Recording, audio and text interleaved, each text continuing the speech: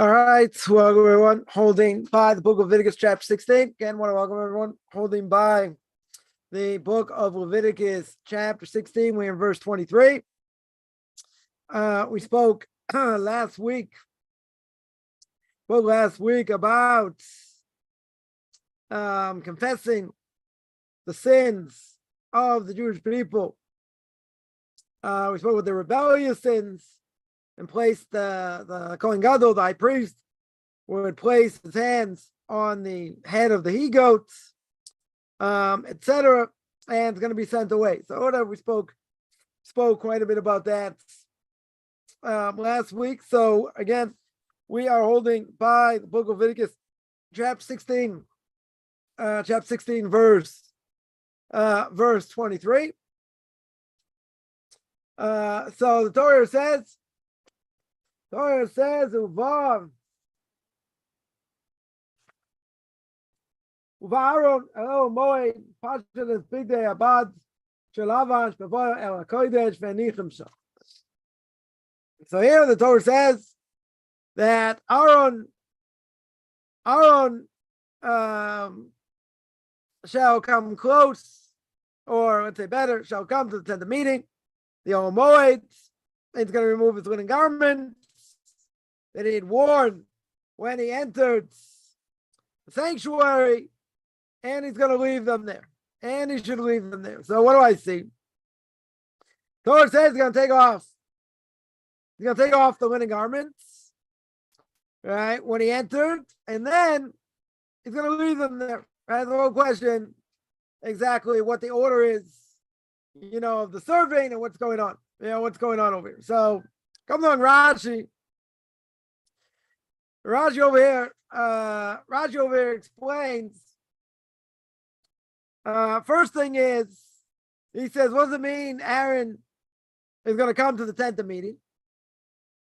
So he explains like this, that he says the rabbis, blessed memory, tell us this is out of order. It's in the wrong place. Right? Not in this sequential position. It's out of order, right? Essentially, it's out of order. This verse is out of order. Doesn't belong here. So we're going to see why. We're going to see why in a second. But again, when we look at the Torah itself, we look at any verses, the Torah itself,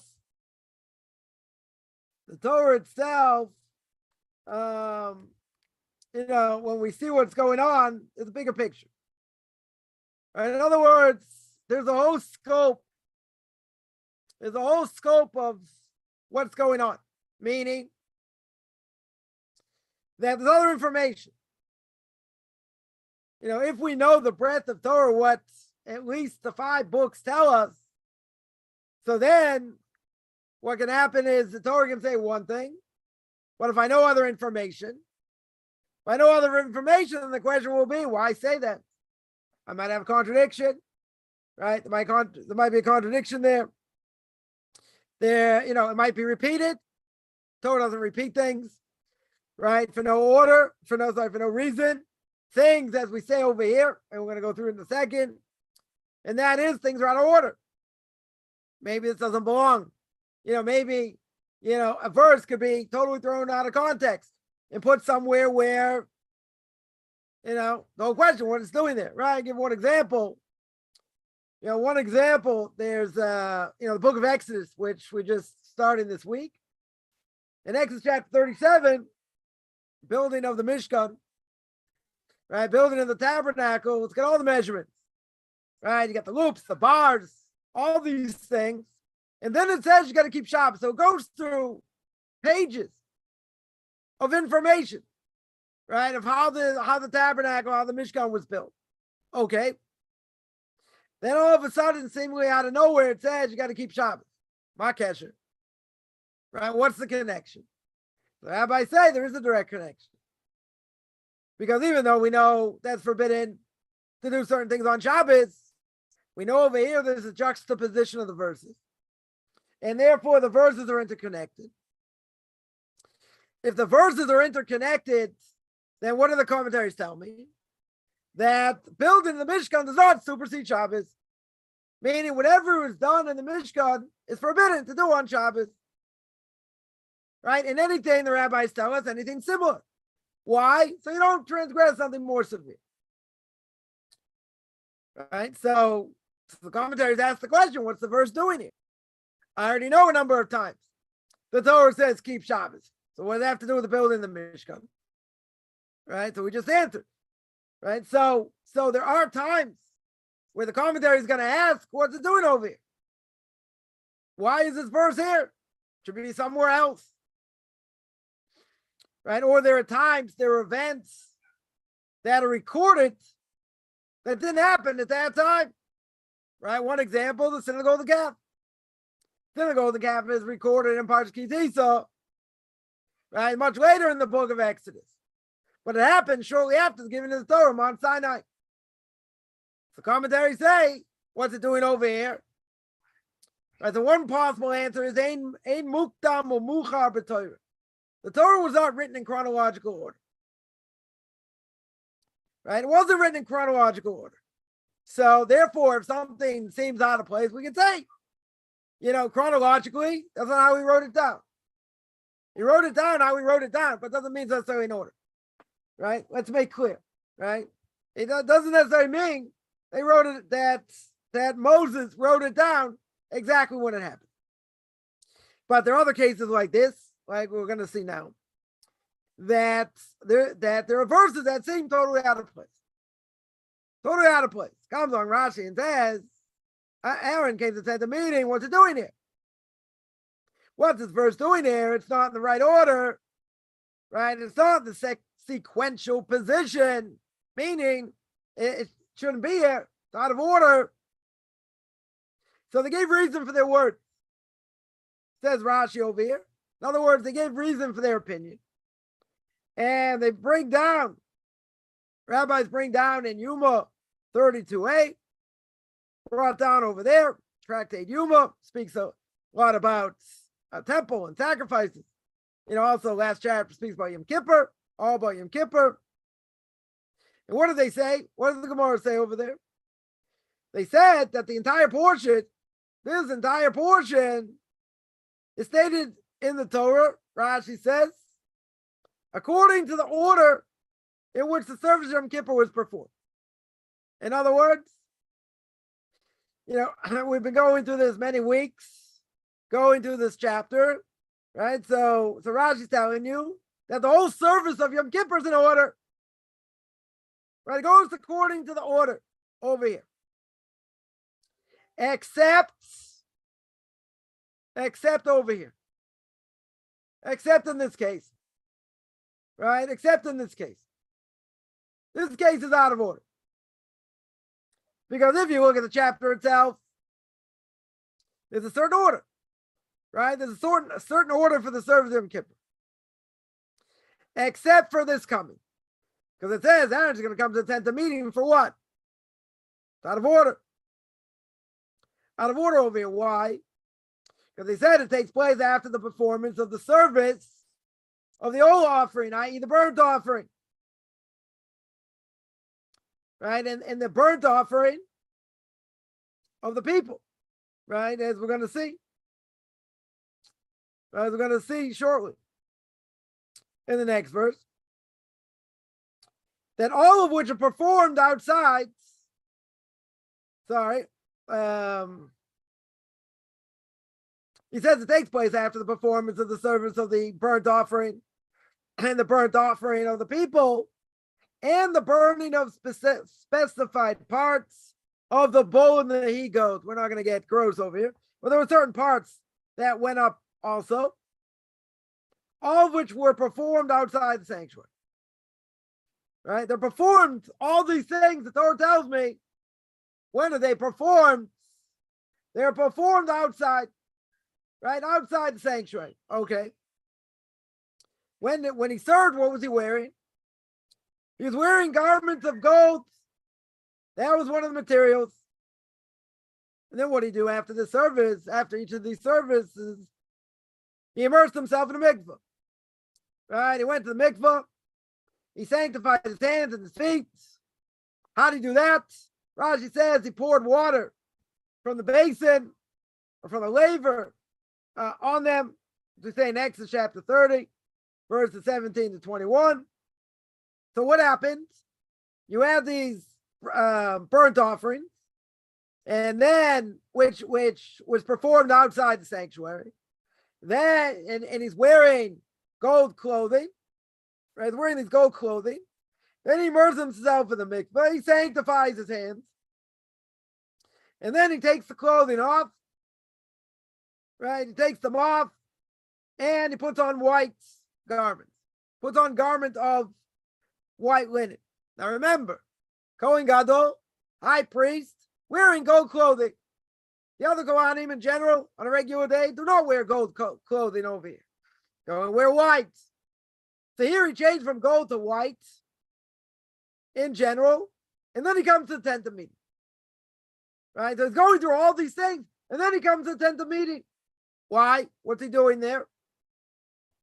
Take out the ladle, which is brought for the incense in the Holy of Holies, and the coal pan, right? That's going to take the ashes, where you pour the incense, in which he raised the fumes of the incense, right? The fumes of the incense went up.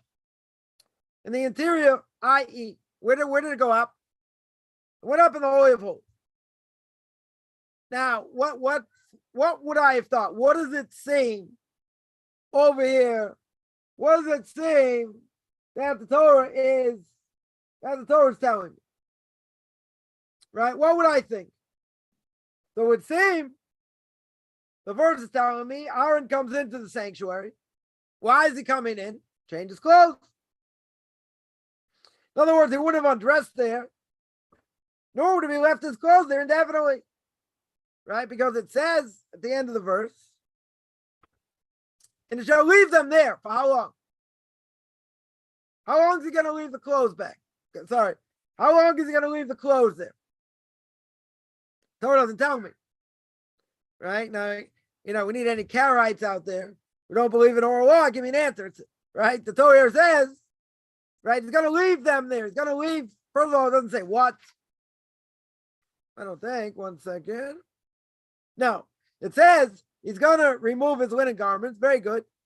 He's going to remove them. He's going to leave them there. Okay. How long? Doesn't tell me. Right? Torah doesn't tell me. Right? So here,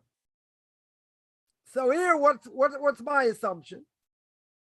That Aaron comes in, changes his clothes.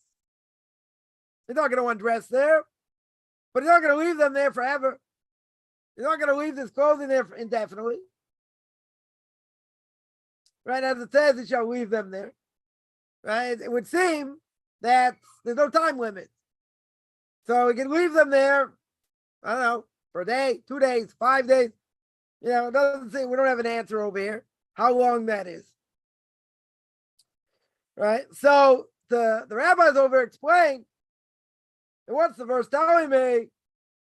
There are two events. There are two events that are performed at different times.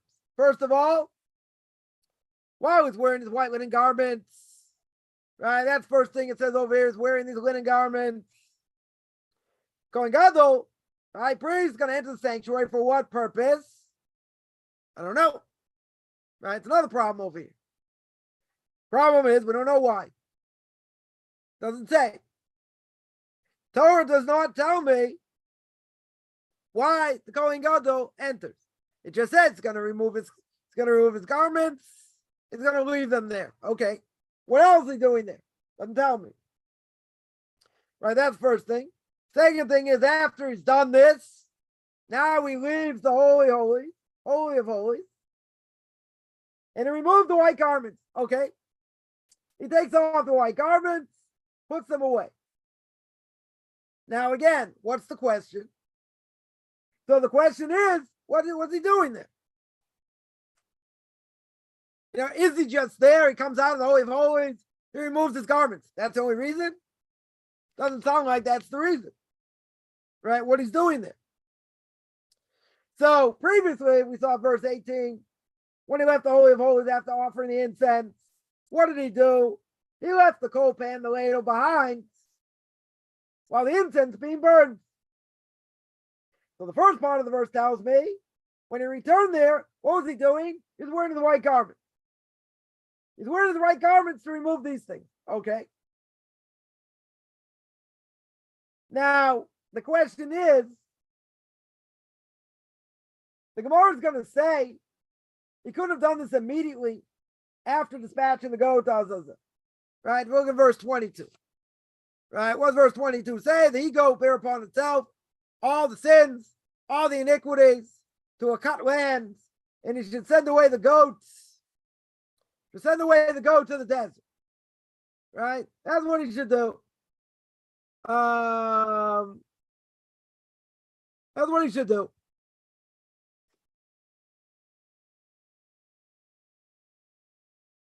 So therefore what? So therefore,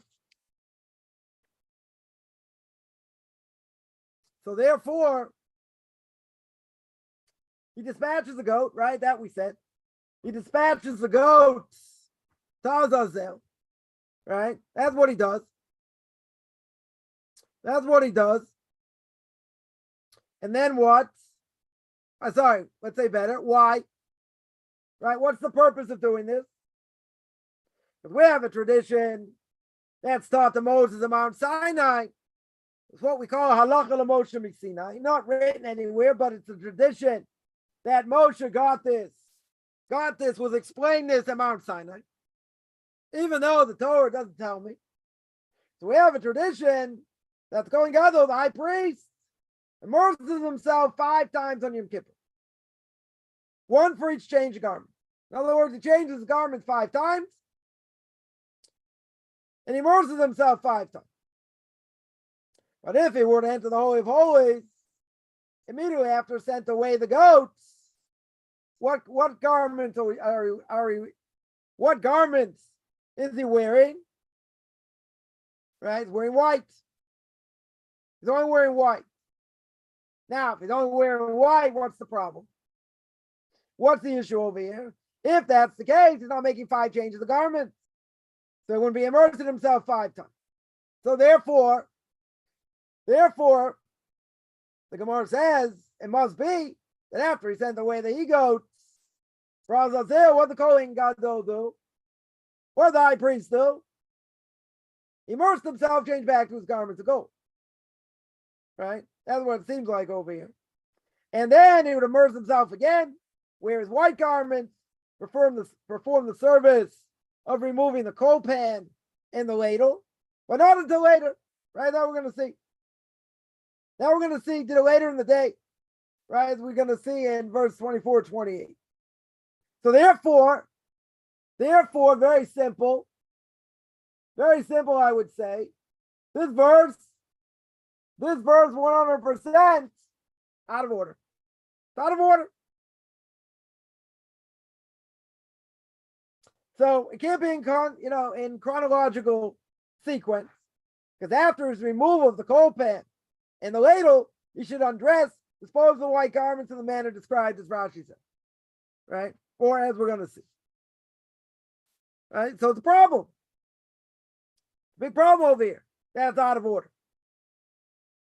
So what does the Torah do? So the Torah goes against what it normally does and goes away from chronological order. Why? Why doesn't it stick to the same thing? Right? The same order over here. In order that to list all the parts of the service performed by the Kohen Gadol in his white garment. In other words, even though this verse seemingly is out of order, we're going to see what exactly the order is in a second. But seeming that it's out of order, so why? Why does the Torah take it out of order? In order to tell me that it's going to list, the Torah is going to list all parts of the service performed by the Kohen Gadol, by the high priest in white garment. That's the order over here. So therefore, from verse 4 to this one, you got 20 verses here, 19 verses, all telling me this is what the high priest did in white garments, including the entry to the Holy of Holies. Why do you enter the Holy of Holies? To take out the coal pan, take out the ladle. So therefore, the Torah takes it out in chronological order, because the Torah completes the description of everything done in the special Yom Kippur garment. Because the Torah is telling you, okay, this is what he did with all these garments, with these specific garments, and it's keeping it in order, in that order, and what was done up until that point. Then comes verse 25. Comes along verse 25, and verse 25 comes to tell me what the high priest did in his regular 8 garments of gold. That we're going to have to see. So the high priest over here is serving in 2 types of garments. One type of garment is what? Are the linen garments. So I got 19 verses, a lot of verses over here, right? A lot of verses to tell me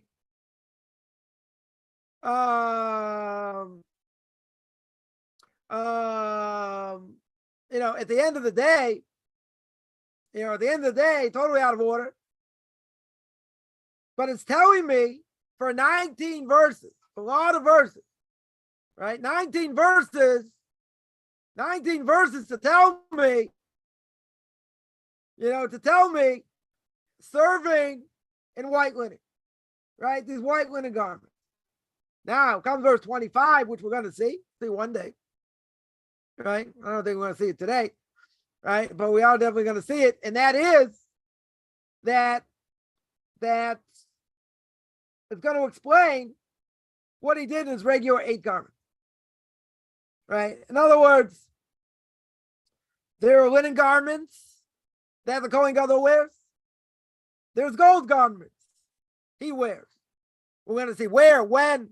So for 19 verses, the Torah over here says clear, these 19 verses are telling me what the high priest did in his linen garment. So this verse seemingly out of place.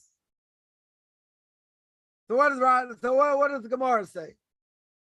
So Gemara says it's out of place because the Torah wanted to continue and list all the parts of the service performed by the high priest in white garments. To make it clear, this is everything that happened, right? Totally everything that happened. But this verse, seemingly out of place. Right? So the question has to be asked, and that's what Rashi does right at the beginning. What's this verse doing here? This verse totally out of place. Right? This verse totally out of place. So that's the whole question. Torah doesn't put things out of order, usually. Or it doesn't mention a verse that has no connection. There's always a connection. The question is how it's meted out. What it's doing there. Because there's a juxtaposition of verses. There's usually always a connection. And if this thing is taken out of context, let's say, then guess what? I have to have an answer. What? It's not random. I mean, people think, yeah, it's all a bunch of random things. It doesn't make sense and all that. It's not all random. So there has to be a reason. We're trying to understand the reason. So the Gemara sets it up. Why? Right? To keep it in sync with all the services, all the parts of the service performed by the high priest in his white garment. Right? That's what the Gemara says. So that's why it's out of order. Even though it happened later. Right? So it's in this order to tell me that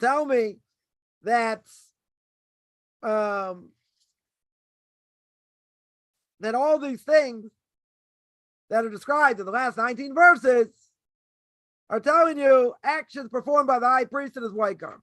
That's the first thing. That's the first thing Rashi says. Now, second thing is, Torah says it's going to remove these linen garments. Now, we said before, we don't know what he's going to do with them. Right? It doesn't say. right? What he's going to do with it. We're going to get there. So he removes the linen garments after he takes out the ladle and the coal pan, right? He's going to remove his garments. And he's going to change them. Rashi says, put on garments of gold, right? He's going to put on garments of gold, okay? Why is he going to do that? Why is he going to change his clothes over here? For the service of the Tamid Shel Bein Arbaim, i.e., for the service of this old offering, this burnt offering that's done at night. That's why it changes over here. That's why it changes into the garments of gold. So now, Rashi explains what's the order. What's the order in the service of Yom Kippur? In all these different changes of garment. What's the order over here? It says Rashi like this. Rashi says, first thing is, he brought the continual old offering, this burnt offering that's brought every day, right? This morning offering. He brought this morning offering in what? Garments of gold. Second thing, then you have these, you're going to see how busy the high priest is over here. Second thing is the service of the interior bowl and he-goat, i.e., the bowl that the Kohen Gadol brings, the bowl the high priest brings, and this he-goat that we mentioned way back, that's designated by what? By a gorel, by a lot over here. There were two lots, right, that he would pick. One went to Hashem, one as a sacrifice for the sake of the Jewish people. And this he-goat that goes to Azazil for the sake of the Kohen and his family. But it's not a sacrifice, right? Remember, right? It's not a sacrifice over here. It's being, sent out to the desert, die any number of ways, etc. So the second thing is the service of the interior bowl and the he-goats, right? That is designated by lots to Hashem, i.e. for a sin offering. Remember, right? As we said, one is going to be sacrificed, the other is going to die any number of ways, right? But it's not a sacrifice, remember. Both of whose service was performed inside the sanctuary, right? That we saw before in verses 6 to 11, in verses 14 to 20. That's where it was done. It was done inside the sanctuary. So then you got the incense of the coal pan, i.e. the incense where the fumes are being raised on the coal pan, right? Which is verses 12 to 13. And then what does he do? So that's what he's doing in garments of gold. So now in garments of white linen, what is he bringing? He's bringing a ram, of the high priest and a ram of the people. That's verses 3, 5, and 24, right? That we're going to see. And some of the Musaf offerings, some of the additional offerings. There are seven offerings of sheep. We'll see Numbers chapter 29, verse 8. I don't know exactly when we're going to get there. Probably another, 50 years. We'll see. We'll see how far we get. And what's going to be after that? The continual old offering. Oh, sorry, skipped one here. And then in garments of gold. So that was the garments of white linen. And in garments of gold, he's going to remove the ladle and the coal pan. Then in garments of white linen, he's going to change again. And the rest of the Musaf offering, right? That's the bull and the ram brought as a burnt offering, Numbers chapter 29, verse 8, as we mentioned. And the he-goat brought as a sin offering, Numbers chapter 29, verse 11. We'll get there. Get there one day.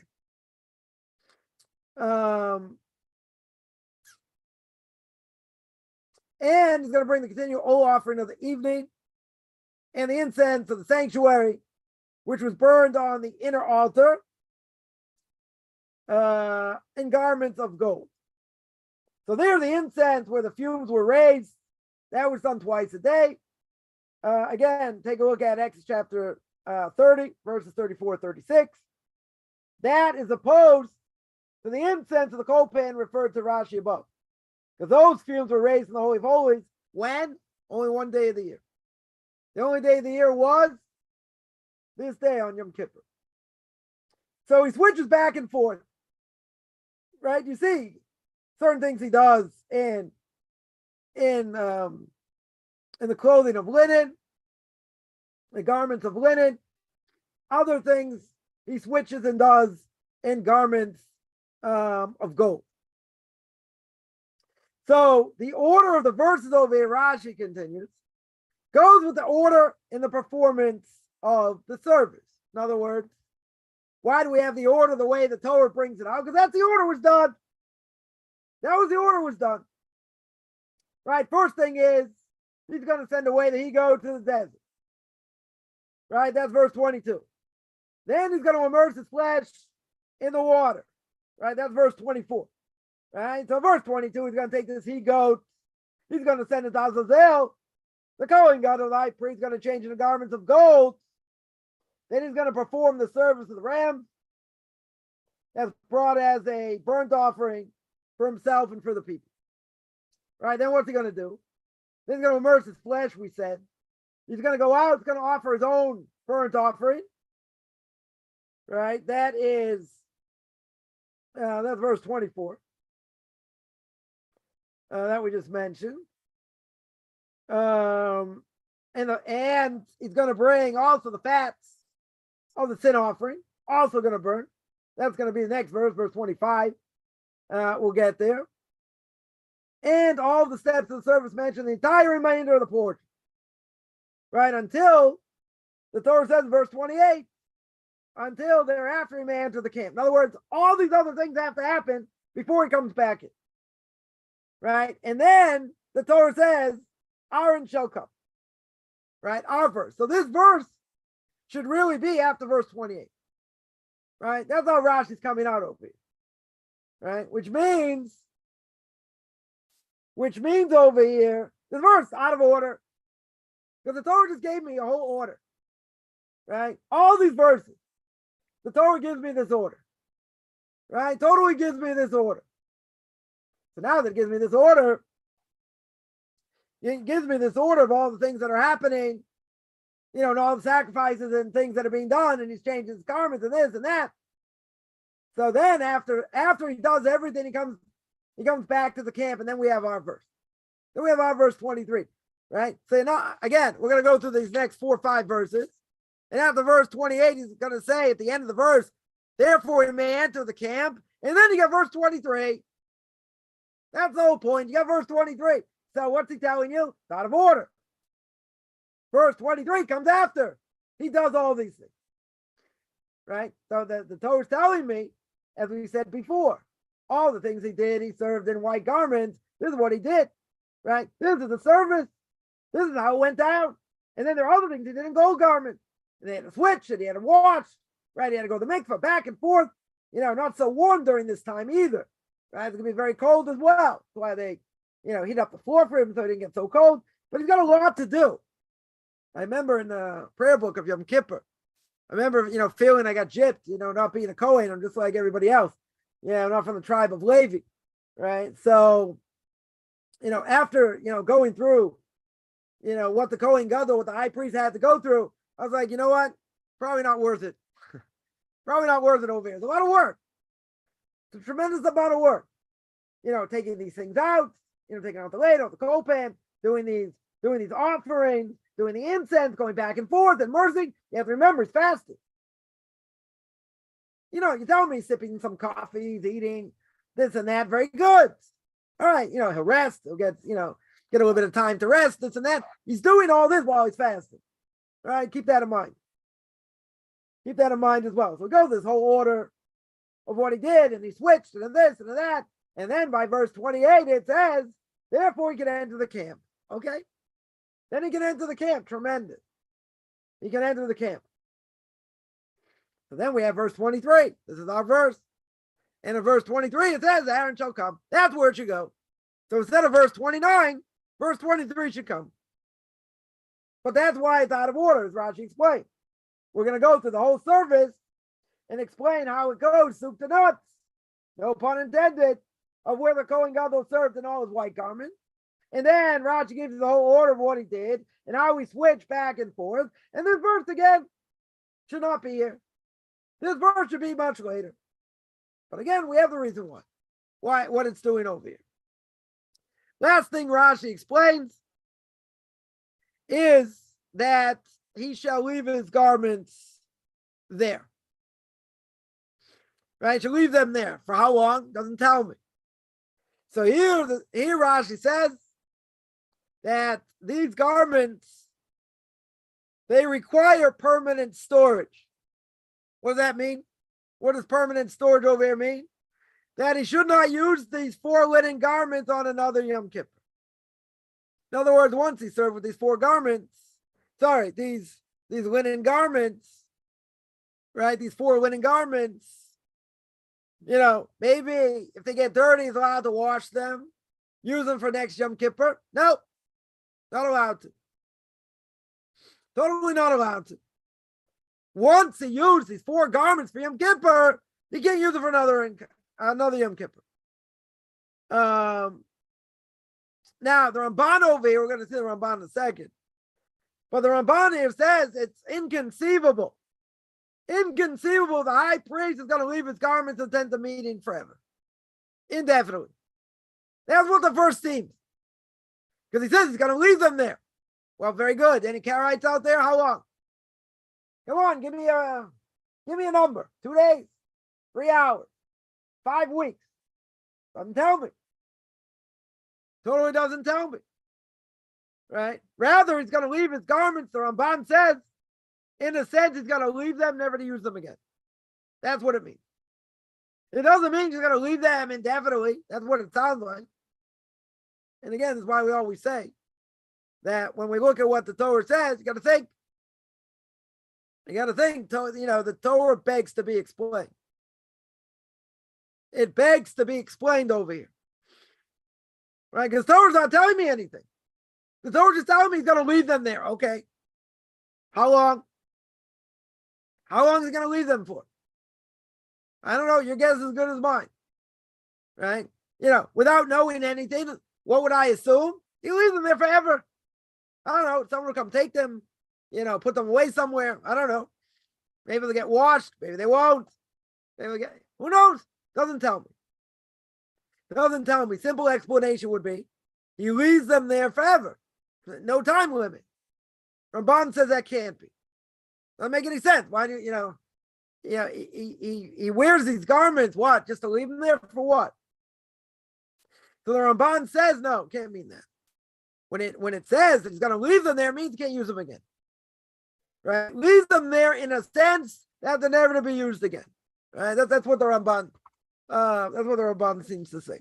So the point over here is Rashi's telling you, he's telling you the verse totally out of order. 100%, this verse is out of order. Right? There's no question. Right? Doesn't make sense what it's doing here. Right? Does not make sense at all. And again, we explain why. But if I knew other things, which we're not always in tune, right? There's a lot of detail that the Torah tells me for a lot of different things. Right? But if I was more in tune with how this works, right, and what goes on in Yom Kippur, I should have come up with an answer. I should have come up with a question. And the question is, this is out of order. Doesn't make sense where it's placed over here. Right? So Rashi goes, to great lengths, and Rashi's explaining, usually Rashi comes to explain simple explanation. There are times Rashi will say, I don't know what this means. I have to explain, more homiletically, i.e. through a medrash, right? Through a midrash over here. But Rashi's saying this doesn't make sense. It's out of order. So what is the order? Right, 2 things. Why is it out of order, and what is the order? That's what Rashi comes to explain. In short, comes along the Ramban. And the Ramban brings down brings down what Rashi says, saying that it's out of order. That, this whole thing, this verse, totally out of order. Right, just like Rashi says.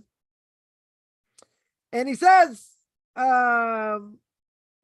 in truth, he says, you have to explain this verse.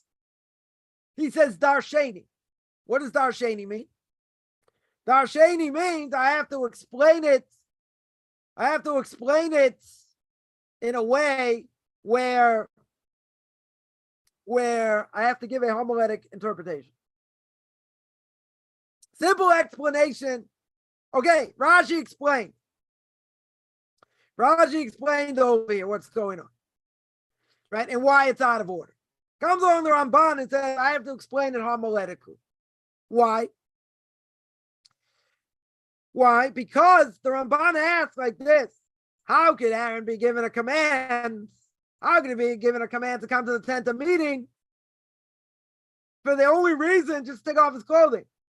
Seemingly to be there with no clothes on, right? In God's sanctuary, and to stay there. For what? What in the world?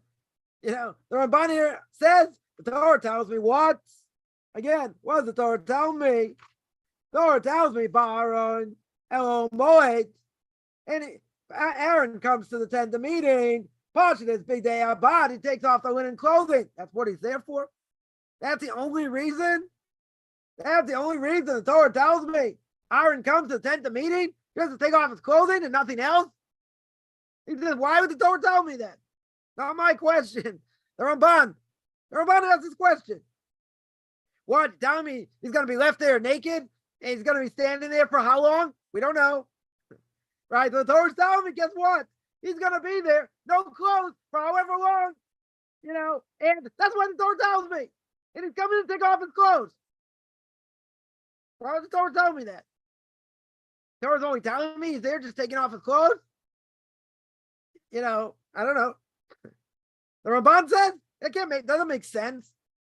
You got a holy book. He's going to tell you, Aaron came in the tent of meeting, this holy place. He's going to go in the Holy of Holies, right? And he says, Aaron came just to take off his clothes. Mark Kesher, what's the connection? He only came to take off his clothes, nothing else. He went, I don't know. What else is he doing there? Doesn't say.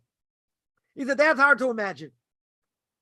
The Ramban says it's hard to imagine. The Torah's only going to tell me something that he's coming to take off his clothes and nothing else. Why? Very hard to understand. Right? So the Ramban says, we're forced to say. Now, he doesn't say this is a simple explanation. He says, you have no choice. This is what you have to say. What does it mean that it says Aaron came? Aaron came to the tent of meeting to serve. Right? Didn't he come not only to change his clothes, but didn't he come to serve? Didn't he come to give sacrifices? Right? Or, do other things, whatever he's supposed to do there. So he's coming to serve. So the Ramban says you're forced to say, not only is he coming to serve, but the Torah doesn't have to tell me that.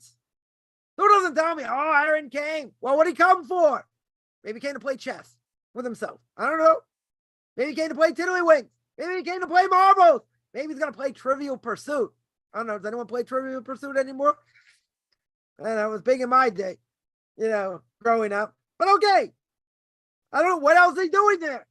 So if he's there to serve, does the Torah have to tell me every little thing that he does? That he's there to, that he's going to do this, he's going to do that? Who says you have to go through all this detail? So he's telling you, he's coming in to serve. Isn't that obvious? Well, that's probably obvious. He's not coming for no reason. Right? Not playing pinochle, not playing bocce, all you Italians out there. Right? Not playing any of these games. What's he doing there? Right? The Torah doesn't have to tell me. He's there to serve God. True? Does the Torah have to tell me exactly what he's doing there? No. Doesn't have to tell me that, the Ramban says. Again, is it simple explanation? No. He's telling you you're forced to say it. You're forced to say it. The Torah can tell me that he came, doesn't have to tell me why. Because obviously he came to serve. He came to do whatever he needs to do. It's a Kohen Gadol. It's the high priest. Has to tell me all the details. Why? Doesn't have to tell me all the details. And not only that, a lot of times the Torah doesn't give me details. The Torah just tells me this happened, that happened, the other thing, do this, don't do that. The Torah doesn't tell me anything. Doesn't tell me why. Doesn't give me any explanation, right? So I could assume over here the Ramban says, again, forced explanation. Forced explanation. He's coming to serve. That's what he's doing there. The Torah has to tell me why and what he's doing. Torah doesn't tell me. Torah doesn't owe me anything. Torah don't have to say that. Torah can just say, he's coming to serve. That's enough. Don't have to tell me anything else. So it says the Ramban, the Torah doesn't have to tell me, doesn't have to mention why he's there. Right? And what did it say before? It doesn't have to tell me that he's there to take out. He's there to take out the, the ladle in the ashes. In the ash pan, whatever it is. Right? The fire pan. Right? That's what it seems like over here. So what's the reason? Comes along the Ramban. And the Ramban here says, what's the reason? What's the reason mentioned at the beginning? He's going to take out the incense. And he's going to take the fire, before God, i.e. in the Holy of Holies, from the incense. And the cloud's going to cover. There's going to be a cloud that's going to cover. And the Ketoris, it's going to go on the Kaporis. What's the Kaporis? The covering of the ark. Right? And he has to do that. Otherwise, he doesn't do that, he's going to die. Right? If he doesn't bring this incense, he's liable for death penalty. We saw by Nadav and Avihu. We saw way back when in chapter 10 by Nadav and Avihu. They brought this strange thing, this strange fire. They brought this incense because that was the day the sanctuary was being inaugurated. So what happened? Why'd they die? When are you allowed to bring incense into the Holy of Holies? One day of the year. I'll give you a guess. Yom Kippur. Sorry, didn't give you a chance. On Yom Kippur, that's the only day. So they thought they're going to reinvent the wheel. Such an auspicious time for spirituality because God's presence there. The Mishkan goes up, the tabernacle goes up. Unbelievable. We're going to do it for the sake of heaven. We're going to take this incense, bring in the Holy of Holies. Big problem. What's the big problem? God said you're only allowed to do that once a year. And they got punished. They got severely punished. They did it for the sake of heaven. Right? So we mentioned this many times. Just because someone does something for the sake of heaven doesn't mean it's okay. Adam made a decision, gave one example. And this brought death to the world. Adam made a decision he's going to eat from the tree. Why? Because he's going to take evil, put it inside of himself. When Adam puts the evil inside of himself, he made a calculation. If I do the right thing and I overcome my evil inclination, I elevate the body, I elevate the soul. God forbid if I do the wrong thing, I give in to my evil inclination. I debase the body, I debase the soul. Right? So in other words, you could gain exponentially by doing mitzvahs. Or God forbid, you could get severely punished for doing transgressions. Right? So God says very good. Only problem is you're a heretic. First man he created calls a heretic. Why does he call him a heretic? Why does he call him a heretic? He calls him a heretic for one simple reason. He said, that's not what I wanted. That's not why I created the world. That wasn't the purpose. He says, you're right. I would agree. You're going to grow exponentially or you're going to fall exponentially. God says, I agree. That's very true. But what happened? What's the problem? What's the obvious problem? God didn't command him to do it. He didn't want him to do it. What are the repercussions? Severe repercussions. You know what the severe repercussions are? Death. Death never been a Jewish concept, never should have been. What happened? God went to plan B. Didn't God understand Adam and Eve were going to eat from the tree? Sure. He understood that. Still, he gave him an opportunity. He gave him free choice. Right? But he can't reinvent the wheel, even for the sake of heaven. Moses says, that Nadav and Avihu seem to be holier than him and Aaron. So why'd they die? The Gemara gives a number of reasons, potential reasons why. The Torah says they brought incense they shouldn't have brought. Said you shouldn't drink before they serve. There are other reasons also. But what's the bottom line? What's the bottom line? They did something they weren't supposed to do. They did something they weren't supposed to do, period. Even for the sake of heaven, even for the highest spiritual reason. God said, no, I didn't want you to do this. Okay, you did it. Serious payback. Comes on the Korban Aron, quoted by the Orach Chaim HaKadosh in Leviticus Chapter 10. And the Orach Chaim HaKadosh says, in the name of the Korban Aron, guess what? The closer you are to the king, you get burnt. Potentially, you get burnt. They're going to tell me, well, if you're so close to the king, not fair. Not fair. That's a reward for being close to the king because now you have higher expectations. God's giving you higher expectations. So therefore, even a minor sin, a person can get slammed. Totally slammed. So this is why, just throw this out there, we'll get back to the Ramban in a second. Right? Why do non-Jews, potential converts or even Noahites, why do they get slammed left and right and have such difficulty? Right? I'll give you one simple explanation. One simple explanation is that now they have a higher understanding. They understand what their purpose. They understand what their purpose in the world is. They reject idolatry. They want to go in the right path. Now there's a totally different way God deals with them. Bali Tshuva, no different. Anyone who returns to Judaism as a secular Jew becomes an Orthodox Jew. Does everything go the way we plan? No. Person can have all kinds of difficulties. Person can be successful in business, all these things going well, but all of a sudden business goes down, health issues, other things. Wow, what a covenant. I want to be part of the covenant.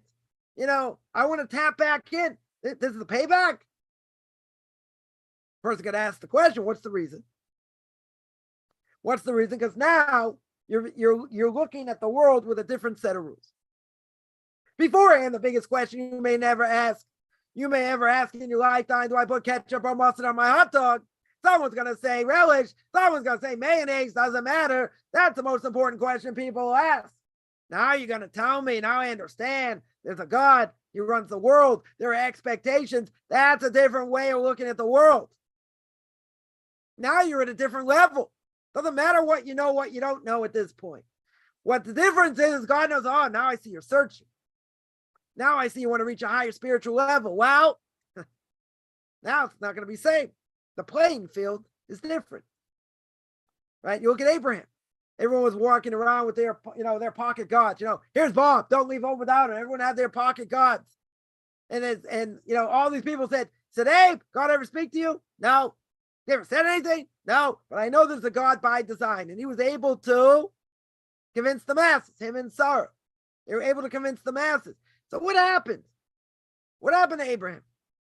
What was the first thing that happened? Got thrown in a fiery furnace. Stood up to evil King Nimrod. Threw him into a fiery furnace. Came out of that. There was a famine. His wife gets taken. Has to fight the 5 world powers. To save his nephew Lot. God saves the best for last. Circumcision at the age of 100. But God's like, hey, what do you think of my covenant? You like my covenant? What a covenant. Right? So what does God tell him? God says, listen, if I give everyone wealth and this and that, I have 100 people lining up, thousands of people. Right? I want people that are searching, people that are real. People want the truth. But you know what? The truth comes at a price. It comes at a price. And the price is that our actions now matter a heck of a lot more. So a person will say, isn't it better I don't know anything? A friend of mine tell me this, right? Isn't it better we don't know anything? Well, if you have higher potential, not knowing anything, you're going to get slammed also. You're totally going to get slammed as well. So I would say it's better. It's better knowing my actions matter. It's better knowing that whatever I do has repercussions. Than to say, well, it's all fantasy and, all that. But it comes to the price. Right? As the Korban Aron says, the closer you are to the king, you get burnt. 100%. You can get burnt. But the bottom line is there are repercussions. There are repercussions for what I do. So you're going to say, what? Before I came to Torah mitzvahs or this understanding, God dealt with me in a totally different way, 100%. Doesn't mean you didn't have trials. Doesn't mean life was, life was always easy. We all go through things, right? But it's a different way, totally different thing. God's not going to scrutinize such a person. It depends what they do, obviously, right? But God, God's going to, give them everything in this world, maybe to knock them out in the next world so they won't have a portion, right? So they won't have a portion in the world to come, right? Which may be true, which, very well may be true, right? Even so, even if that's true, a person has now a greater responsibility. When a person has a greater responsibility, then what they do and what they think is on a different level over here. And God is going to look at it in a different way, in a totally different way, right? So, even if we think we're doing the right thing and we're doing it for the sake of heaven, right? But who says I'm allowed to do it? Let's say it's something you're not allowed to do. Even if you do it with all the Kabbalistic intention and all the other great intention, beautiful. So God said, don't do it. Yeah, but it was an auspicious time. God's presence was there. We want to go in the Holy of Holies, but God said you're only allowed to go once. Once during the year. When is that? Yom Kippur. But you're going to say, there's so many other good things going on. God's probably going to look the other way on this one. They were wrong at some level, right? Again, we can imagine who these people are. Simple explanation is they did what God said not to do, even with the highest intention. There are a lot of people out there, I think, I'll just throw this out there. A lot of people out there totally misguided. 100% they're misguided. But they'll say they're doing it, they're doing it for the sake of heaven. 100% they're doing it for the sake of heaven. They want to draw closer to God. Again, let's say it's true. Right? That's what they want. But they want to do it in their way. So doing it your way is not what the Torah says. Doing it your way is exactly the way it sounds. I'm going to do what I want. And that's it. Doesn't matter what God wants. What I want. Torah made up in my own mind. That's not Torah anymore. That's doing whatever your heart tells you to do. And again, people could be very well-meaning. And they're not there to uproot Torah and mitzvahs. But this is what they believe. Right? This is what they believe. And they're in for a shock. Because it's not about what I think. Nobody cares what I think. Right? It's about what the Torah says. The rabbis tell us we have to do, what our obligation is. I feel like doing this. And okay. You want to do that? Go ahead. And God's going to accept it. I don't know. God says the Torah, Torah here says forbidden, whatever it is. He's going to say, I'm going to make innovation. Who says you're allowed to make innovation? I want to do what I want to do. Okay. Just don't tell me that's called Torah. Torah does not allow me to pick and choose. The Torah is absolute. God is absolute. First of the 13 principles of Maimonides. God doesn't change. He's not fickle. He's got the ability to punish. He knows the thoughts of man. All these different things. Now, you want to change certain things or you want to add certain things. It's going to bring, more people to the table. It's going to bring more people to synagogue. Remember, years ago, there's a conservative synagogue. They had this campaign, bring Friday night into Shabbos. So what they do, they made this whole campaign trying to get more people to go to synagogue. At least Friday night for sure. So this one Shabbos, they had, 1,000 people. And a lot of people, right? Probably 20, 30, 40 times more than they normally have. So a friend of mine was being a Reconstructionist rabbi, whatever that means, said that's a huge thing. It's a good thing. I said, yeah, what are you going to do with them afterwards? You got them in the synagogue now what? Someone's going to play the guitar. Someone's going to play an organ. Someone's going to do this. Someone's going to do that. I said, there's a Talmudic dictum. The Talmudic dictum is mitzvah haba ba'avera. When you're doing the transgression, you think you're doing the mitzvah at the same time. let's say better. You're doing a mitzvah, but at the same time you're transgressing, right? What's the case? What's the case? The person takes someone's lulav, right? They steal somebody's lulav. They come in the synagogue in the middle of Hallel, those Thanksgiving Psalms where we shake the lulav, and the person's shaking like this and he's shaking like that, all according to Kabbalistic intention, right? Blessings in vain, and he doesn't get any credit for what he's done. He gets zero credit, right? Whether it's him, her, it doesn't matter. He gets zero credit. Why? Because the lulav has to begin to you. And if the lulav doesn't belong to you and you stole it, guess what? You got a problem. It's not yours. So you did a transgression. At the same time you did the transgression, you're doing the mitzvah. It doesn't go. 100% it doesn't go. Right? So people will say, but I want to do what I want. If you build, and anyone can try this at home. You can build a 3-legged chair. You can try it. I wouldn't recommend it, but you could try it, right? What's the 3-legged chair going to do? Going to break. You're never going to be able to sit on it. Impossible, right? It's impossible. Again, you can try it. So I have this chair. It's not going to stand. So in this case, the same thing. You're going to bring all these people to synagogue based on a lie. The whole thing, as we would say, as I was growing up when I went to camp, someone said something stupid, they would say it's a travesty of a mockery of Hashem. Basically saying you're stupid, just in a little bit nicer way. Right? That's what it is. That's what it is. You're doing something that goes against the basic principles of what the Torah says. So you're going to say, yeah, but we had 1,000 people there. So what do I care? You could have had 1 million people there. Right? How much of Torah mitzvah is going to stick to such a person when the whole thing is based on a lie? It's not going to last very long. And with all the innovation, even if I would agree, which I don't, but with all the innovations that the Reform movement's made, conservative movement's made, even modern Orthodox, made certain innovations, or open Orthodox, whatever you want to call them, has it brought more people closer to God? So you're going to say, how do you know that? Maybe it has. So I'm going to go on record because we are recording here.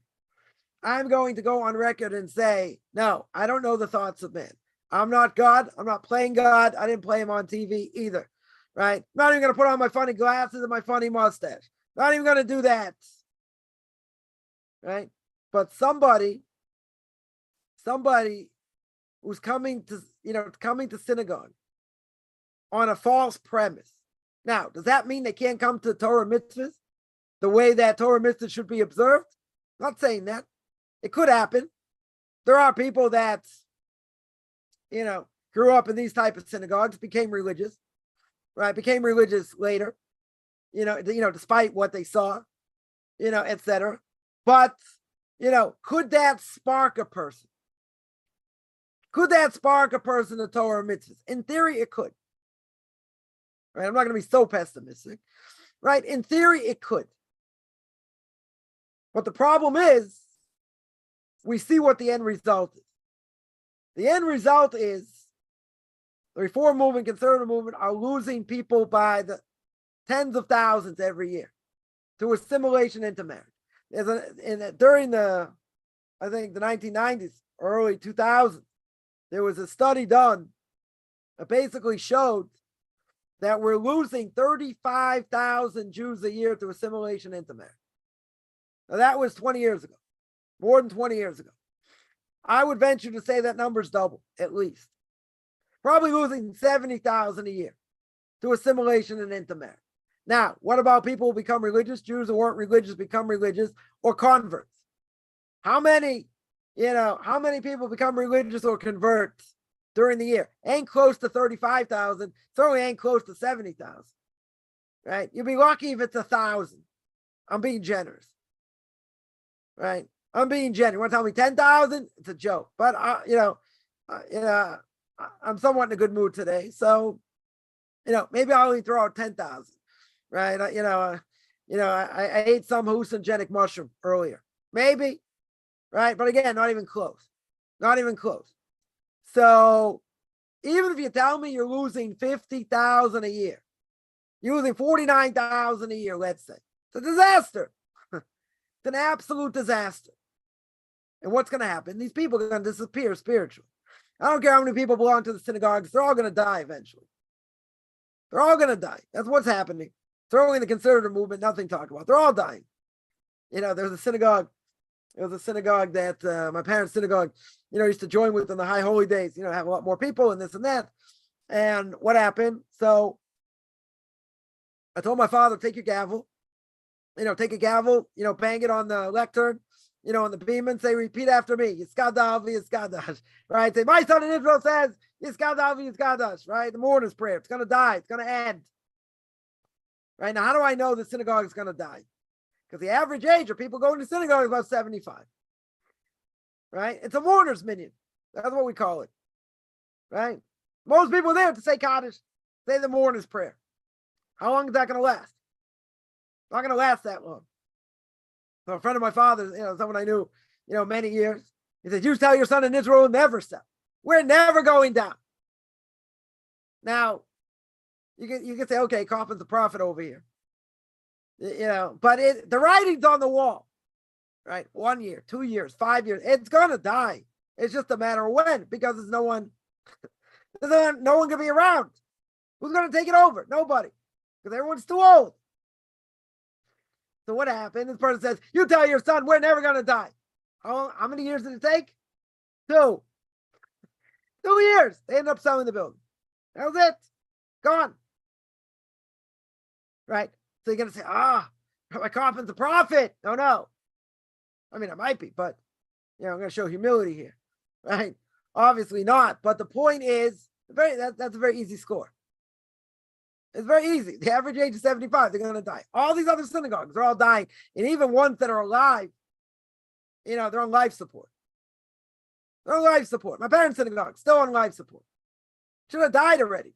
I mean, they've been dead for a while, but still going. Someone told me a while ago, probably 4 or 5 years ago, right? They told me they give another 10 years. Like, okay, it was a good try. They give it another 10 years. These were like, people that were strong in the synagogue for years. It's going to die because you have no one to take it over. Why don't you have anyone to take it over? Why don't you have more people moving into the community, want to help build up the synagogue? Because nobody cares. Forget people don't live there, whatever. It's another issue, but they can't pass it down.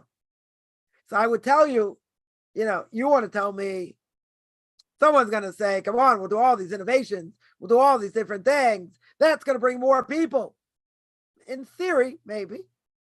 Maybe it would. Maybe it's going to bring some more people out of the woodwork. Okay? What's going to keep them there? That's my question. What's going to keep them there? Nobody understands what they're saying. Nobody really cares. It's more of a social thing. Not going to keep them there. Right? So it's only a matter of time. Right? Now, could it be there'll be individuals that will get, that spark, that pintel yid, that spark of a Jew is going to be lit? Yeah. Individuals, it could happen. The vast majority? No. Not going to happen. How do I know? Because I know. It's part of my prophetic vision. You see what these people are doing year in and year out. Are they growing, becoming more spiritual? If they're becoming more spiritual, even if they would be, let's say, even if they would be, wouldn't that mean they would keep more mitzvahs? That's what, people say, no, mitzvahs have nothing to do with it. I want to draw myself close to God without doing anything. Okay, that's another thing. Can't have that. It's kind of like the founding fathers of the land of Israel, secular Zionists. They wanted the land without anything. Right? In other words, there's no connection to the land except that we want to be in a place, our old homeland, right, without Torah mitzvahs. So let's look at what the Torah says. Right? The Torah makes pretty clear you can't have the land of Israel without mitzvahs. Doesn't go. It's like the body without a soul. It's like meat without the potatoes. I don't know if that's a good comparison. Whatever, right? Bottom line, they don't go. They don't go. You can't have one without the other. They want to try and do that. It's a disaster. It's an absolute disaster. Their goal, without getting into politics, was to uproot Torah, and to uproot mitzvahs. No different than what the Reform movement was. Right? You read Herzl's book, The Jewish State. They wanted a state of Jews that had nothing to do with Torah and mitzvahs. But here, the Torah is not that way. Torah says direct connection. Can't have one without the other. So any synagogue, any place that is going to be just a place where there's not really that much Torah mitzvahs, and they're doing whatever they want, it can't survive. Right? By what it represents, it can't survive. Because why are people going to come there? Just for, social reasons? I know people in my parents' synagogue came for that. They were just there for pretty much social reasons.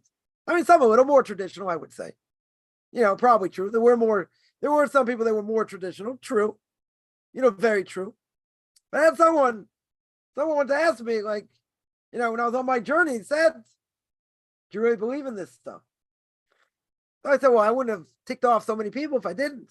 I wouldn't have got so many people upset, if I didn't. So leads me to believe there are people who come to synagogue, not necessarily for spiritual reasons. Now you're going to say, well, isn't that the whole purpose? Yeah, that is the whole purpose. They'll say, I'm getting close to God in my own way. What's the problem with that? That means I'm going to do what I want. Right? Like someone once explained to me, they said, in synagogues or Rosh Hashanah Yom Kippur, you have to have a ticket, to get in, to get to your seat. So someone told me the more money you pay, right? So, Rosh Hashanah Yom Kippur usually, it could be in early September, mid-September, it's still, warm out, warmish out, whatever. So here in Israel. So they'll say the more money you pay, the closer you get to the AC. So what are you doing in synagogue to get close to the AC? So I said, so why don't you just buy a portable AC? And you just bow down to that. They're like, ha, ha, ha, you're very cynical. I said, you told me the more money I pay, the closer I get to the AC. Right? Does that lead me to believe, and again, I'll get in trouble for saying this, but that's okay. Does that lead me to believe people like that are not there for the sake of Torah mitzvahs? Yeah, it does. Why are they there? Because their heart, their soul, tells them I should be in synagogue on Rosh Hashanah Yom Kippur. For whatever reason. This generation, forget it. Why are they going to bother? Doesn't mean anything. Doesn't mean anything to them. Some have more of a feeling, less of a feeling, but I guarantee, with all the money I don't have, I would guarantee I'll put it all on the table. I'll put it all on the table and say the following. People like that, they're not interested in growing spiritually. They're not. Because growing spiritually by definition, and there's a question, they're gonna hit it now. Growing spiritually means I have a higher awareness. I have a higher awareness God created the world, that God judges us for what we do. He gave me things to do and not to do. Right? Gave me mitzvah to pray, gave me the mitzvah of Shabbos to do things, not do things, all kinds of things. Now, if someone's being closer, or wants to draw closer to God, by definition, according to us, that's all really that matters. And that is, according to definition, being closer to God is defined by doing what he says. God wants us to benefit from his world, from what he gave to this world. Right? That's what the Ramchal says at the beginning of Path of the Just, the same thing in Derech Hashem, in the way of God. Same exact thing. God is a meitiv. He's a giver. He wants us to enjoy this world. Very good. How are we supposed to do it? How are we supposed to know what to do? Well, he wrote a book, manufactured himself, passed it down to Moses, gave it to us. It's called the Torah. 5 books of Moses. Genesis, Exodus, Leviticus, Numbers, Deuteronomy. Right? That's what he gave. And you got the prophets, the writings, and all that. Very good. That's his message. That's his message to the Jewish people. And, to non-Jews, whatever non-Jews have to keep. But that's the message. I want you to, I don't want you wearing wool and linen. for Jews. Why not? I don't know. That's going to draw you closer to me by keeping that, and eating kosher. And, come Sukkot, going to synagogue and shaking your lulav like this. Boy, that's going to draw me so close, right? You got to understand what you're doing a little bit.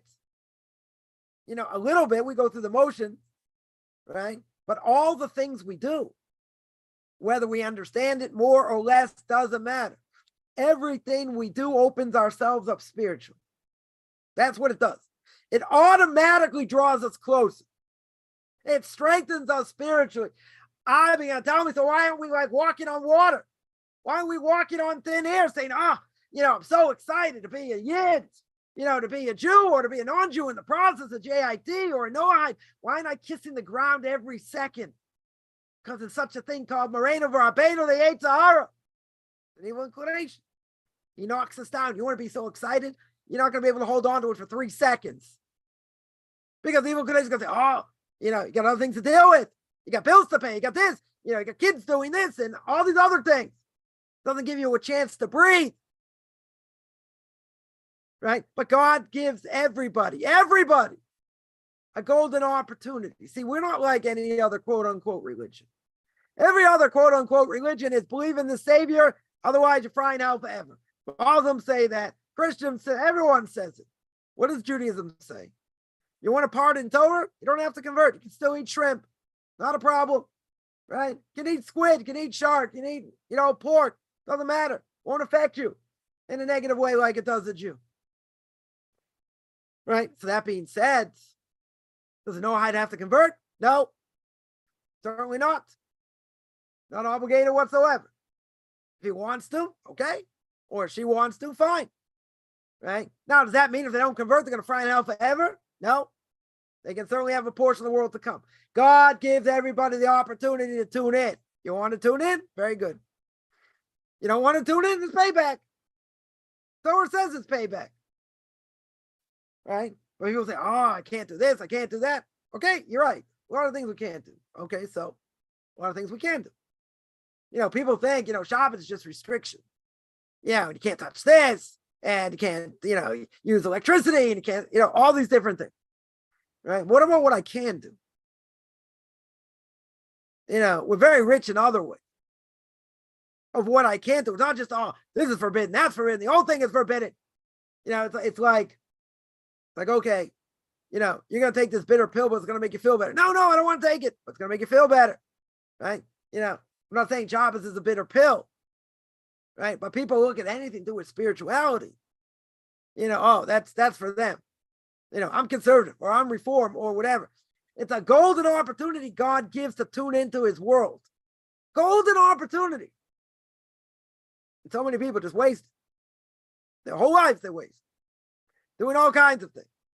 So we know better. We understand better. Okay. Doesn't mean I don't have to work. Doesn't mean life is easy. Ramchal says in Path of the Just, guess what?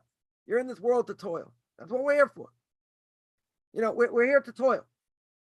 So God gives everyone this, an opportunity. And if we take advantage of that opportunity, as we said, the playing field is now different. God looks at us differently because we have a higher mentality. We have a higher way of looking at the world. Someone there asks, how do you know you have higher potential? Everybody has higher potential. Everybody. Think about, I'll give an example. I'll give a very simple example. Right? Imagine where you were in this process, 5 years ago. Let's say a year ago, 2 years ago. Fill in the blank. Now look at where you are today. How much more knowledge a person has. What they're doing in their lives. How they view things in the world. From hopefully a Torah perspective. So by definition, I would say, guess what? That is spiritual growth. Does that mean we're perfect? No. Does that mean that sometimes, we do some of the same stupid things we did years ago? Could be. We have a lot of room to grow. But see, if a person is, has gone through different trials and different tribulations, and gone through difficulty, and they realize where it comes from. I spoke about that last night. Pirkei Avos, in Ethics of Our Fathers. All right, we spoke all about that.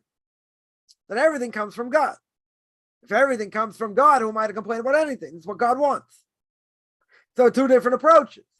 One approach is everything is good. There's nothing that's bad. The other approach is that even though we suffer, suffering is not like eating a candy. The first approach is, yeah, not a problem, because I realize everything comes from Him. Everything comes from God. So why am I getting upset at the stick? God's putting me in this situation without going through all that. But it's a golden opportunity when a person's seen themselves where they are today, from where they were however long ago. It's impossible. I'm going to go on record here. It's impossible. There can't be the same person. Impossible. Why? Because a person's been growing and a person's been learning, on a regular basis for however long. Doesn't mean they're perfect by any stretch. It might mean also they have a lot of bad character traits they have to fix. Okay. We're all work in progress. But at the same time, when a person realizes where they were and what knowledge they have, everything we learn is building blocks. Everything we learn is building blocks. Right? So even if I'm not where I want to be, spiritually speaking, and nobody should be happy where they are. We all have a long way to go, right, to grow. That's what life is. Life is a process. At the same time, I got to put my best foot forward. I have to work on being consistent. Doesn't mean I have setbacks. But when a person looks at the bigger picture, and this is what we always have to do. If a person looks at the bigger picture and this is very easy to gauge. Very, very easy. And that is, where was I 2 weeks ago? Where was I, where was I a month ago? So to speak, right? I'll give an example. I'm going to put this actually on my page. I didn't get a chance to do it yet. But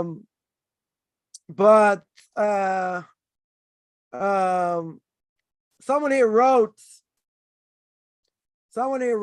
again, it's going to go on my page. So when you see it another time, you won't be shocked. And that is, says like this. Again, it's not to praise me. I just want to show, I want to show spiritual growth, right? And where a person can be and where they can get to. So the person says that I met Rabbi Kaufman during the early stages of leaving Christianity. He helped me one-on-one over the course of a year, learning to deal with my family, other relationships along my journey. I ended up going through a very severe tragedy. I'm not going to mention what that is. In the last year, the rabbi's classes saved my life.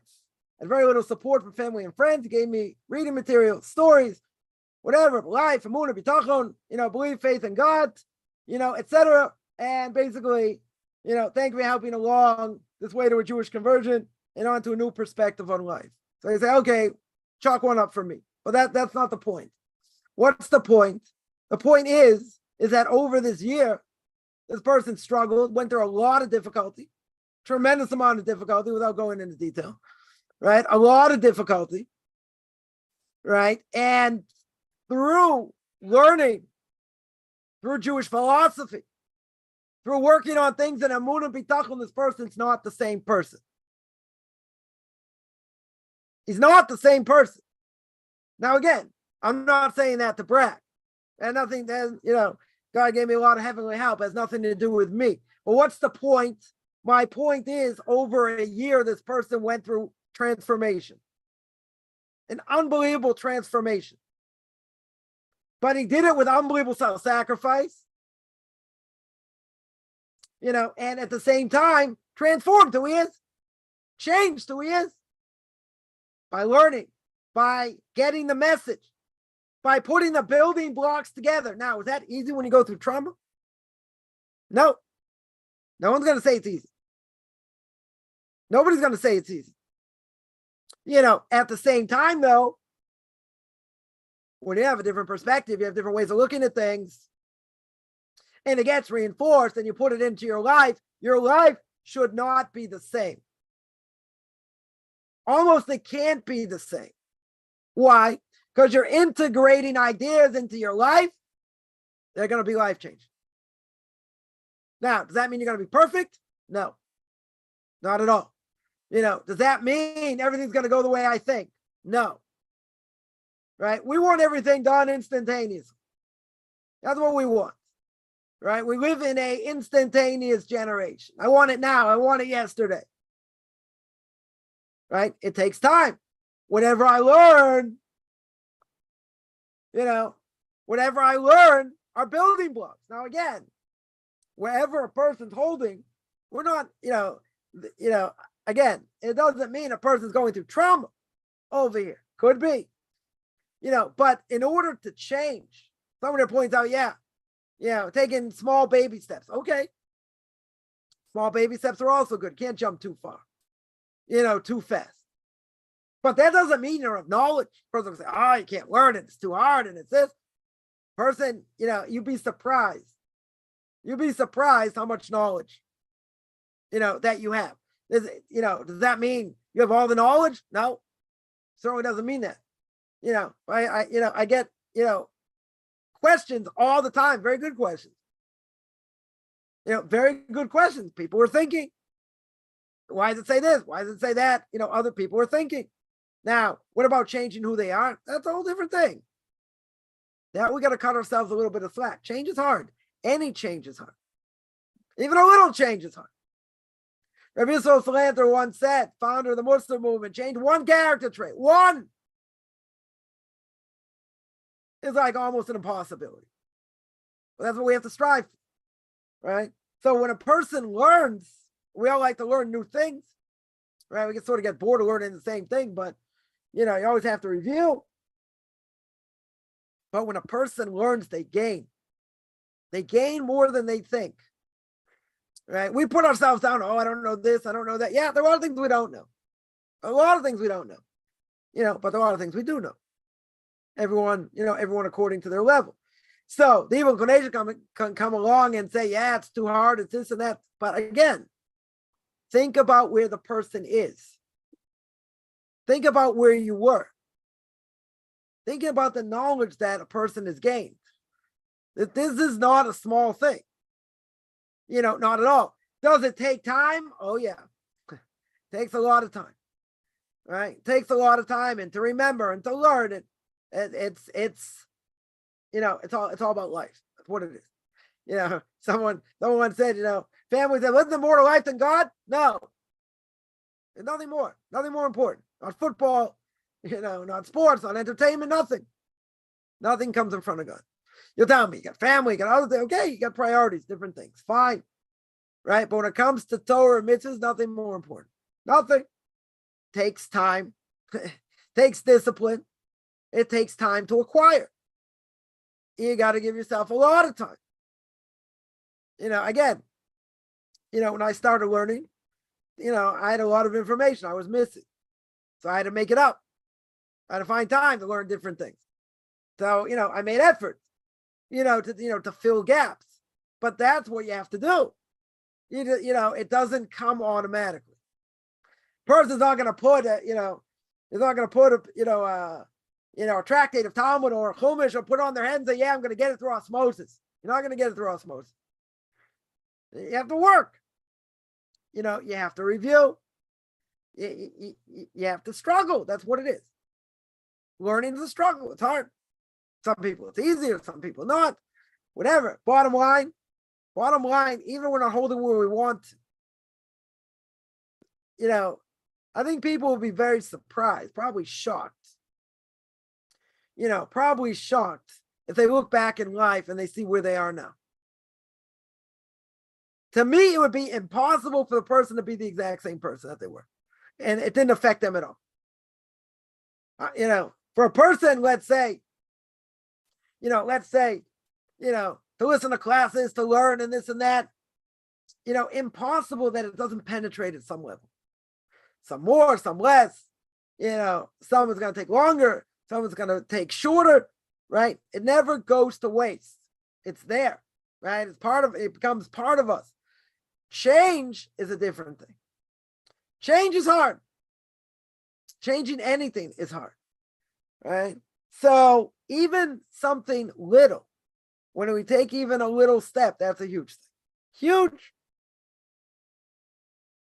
Why? Because if a person stays the same and they keep doing the same thing over and over and over again, and they don't change, that's bad. Does that mean they have to change significantly? It's going to be very hard to change a lot of things all at once. It's going to be impossible. Just like, Jacob sees as a dream, he sees the ladder, angels going up and down, right? You can't take the ladder and jump up 4 or 5 rungs by itself. Can't. Unless you have an unbelievable vertical leap, you can't do that. So in Judaism, it's no different. You cannot leap spiritual levels. There are people I see all the time, boggles my mind to a certain extent. People barely know the alphabets who don't learn or don't know how to learn and haven't learned very much, and they're learning Kabbalah or think they're learning Kabbalah. Like, come on. You can't run till you learn how to walk or crawl. You can't take higher mathematics, calculus before you learn algebra and trigonometry. You can't jump levels. Well, what do we want to do? That's exactly what we want to do. We want to learn more esoteric things, more deeper things, more this. But if a person's not ready for it, you're not going to get anything out of it. You get very little out of it, right? Even if it's watered down a lot, you won't get as much because you got to be a vessel to be able to accept it. If you're not a vessel to be able to accept it, it's going to be, pretty much impossible. So I'm not saying we have a chip on our shoulder. Like an 18-year-old, 19-year-old kid tells me that, hey, I'm holding better than 95% of world Jewry. So who are you comparing yourself to? Someone whose biggest question is, I put ketchup or mustard on my hot dog. Like, so you're keeping Torah mitzvahs at a much higher level than they are. So they're not doing anything. Okay. So what? Who are you comparing yourself to? It's not putting a chip on our shoulders. We should, I think, walk with an extra oomph in our step and be able to say, look, God gave me another opportunity today to sit and learn His Torah. To have that fire lit. Doesn't matter what's going on around you. That's the whole point. He's giving you an opportunity to tap in. Gives you an opportunity to pray 3 times a day for all you men out there. All right? Women at least once a day, twice a day. Gives you the opportunity to ask Him for all your needs. Golden opportunity. Doesn't discriminate over here between men and women. Golden opportunity to tap in at whatever level. Right? So the question is, how do you know you have higher potential? Very easy. Because if you see that you're not the same person you were, even if you took smaller steps, but you realize you have this kiva, you have this close, and you feel this closeness, or you're working at it, and you're learning more, you're gaining more, that means you have higher potential. If a person is going through the motions, okay, I'm going to learn today, even though I don't really like it, and, whatever, and I'll make blessings, and I'll do this, but they're not really inspired, doing things by rote, that's not good. 100% that's not good. Does that mean you're going to do that the rest of your life? For the next 40, 50, 60, whatever, however many years, something got to work at. The evil inclination will tell you can't do it, it's too hard, and this. Right? But you got to start somewhere. Right? Every day is another day. Every day is a new day to serve God. Right? He brings down, says that when a person gets judged after 120 years, when the soul gets judged, each day of that, what a person did is going to get judged. Did you fulfill your potential?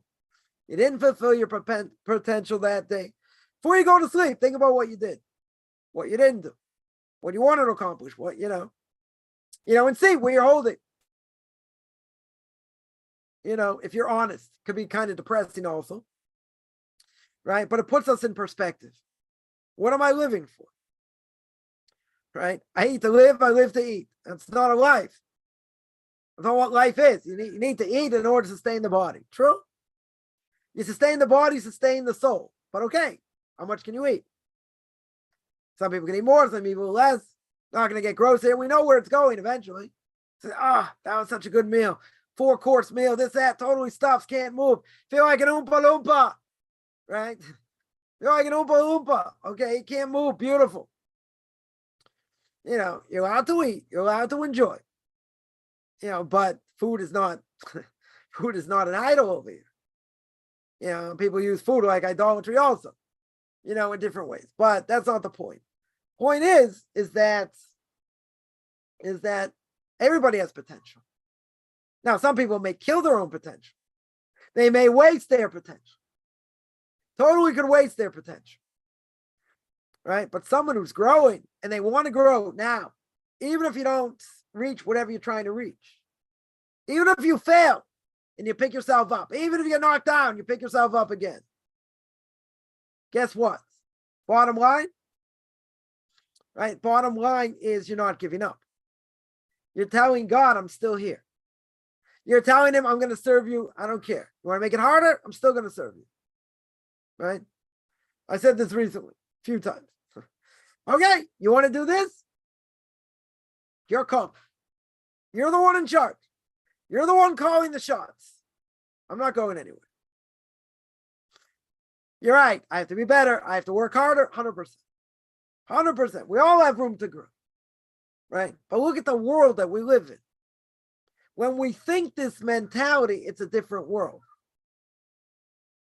Come on, Sunday in America, all about what? Football, at least to this time of year. Football, playoffs, this, all kinds of things. It's cold, so, some people are going to go to the games anyway, even though it's freezing out. Other people watch it at home, have people over, this, that. What they do.